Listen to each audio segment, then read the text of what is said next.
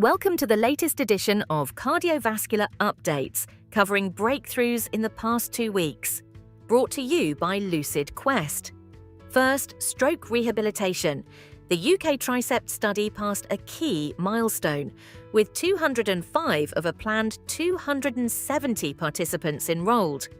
This double-blind trial tests non-invasive transcutaneous vagus nerve stimulation delivered via a wearable earpiece paired with home-based therapy for hand and arm weakness 6 months to 10 years after stroke.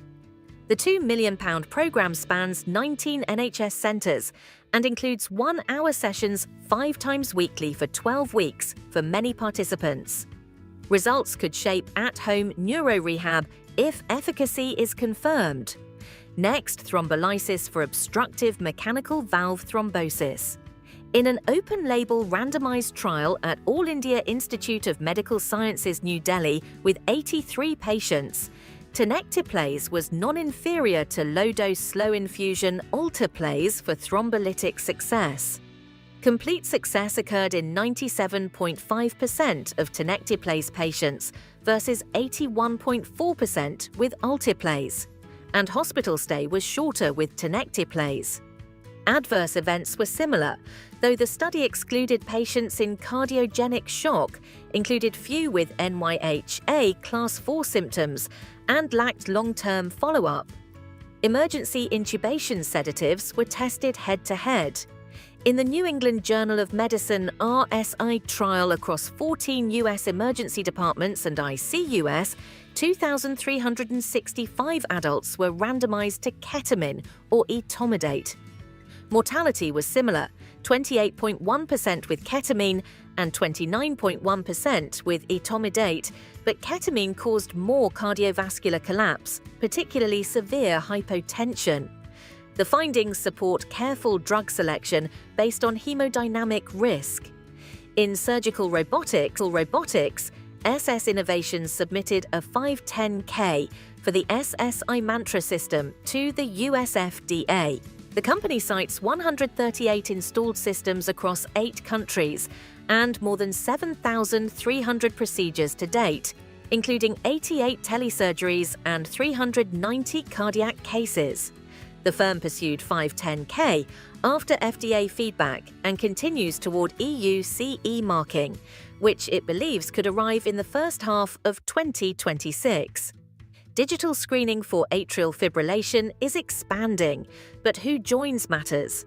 Advance's sub-study from eBRAVE-AF, 67,488 German insurance policyholders were invited, and 5,551 consented and were randomized to smartphone-based screening or usual care, with claims data available for 51,775.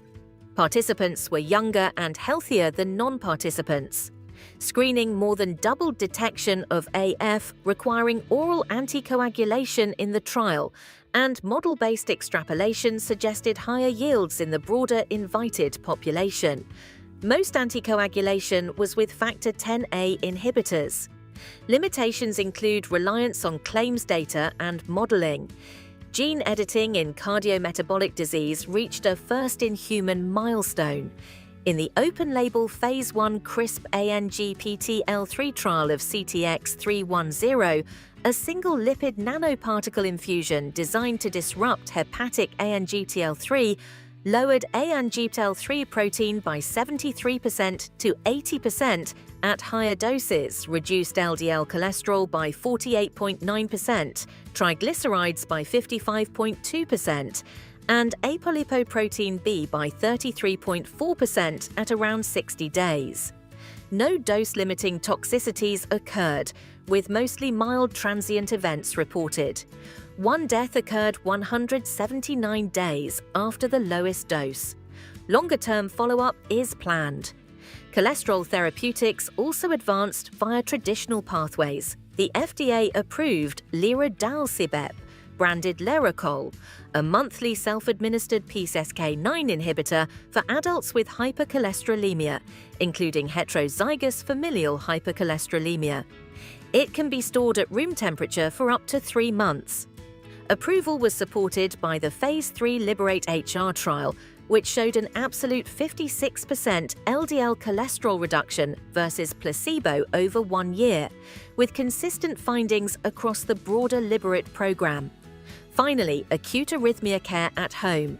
The FDA approved Cardamyst, etripamil nasal spray, for the conversion of acute symptomatic episodes of paroxysmal supraventricular tachycardia in adults.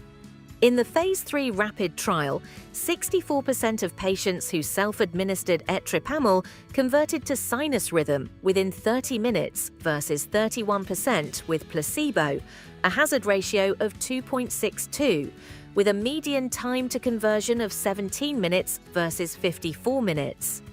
The most common adverse events were transient local nasal effects, and fewer than 2% discontinued due to adverse events. Stay ahead in cardiovascular research. Like, share, and subscribe for our updates. Visit lqventures.com or email us at info@lqventures.com for expert healthcare consulting.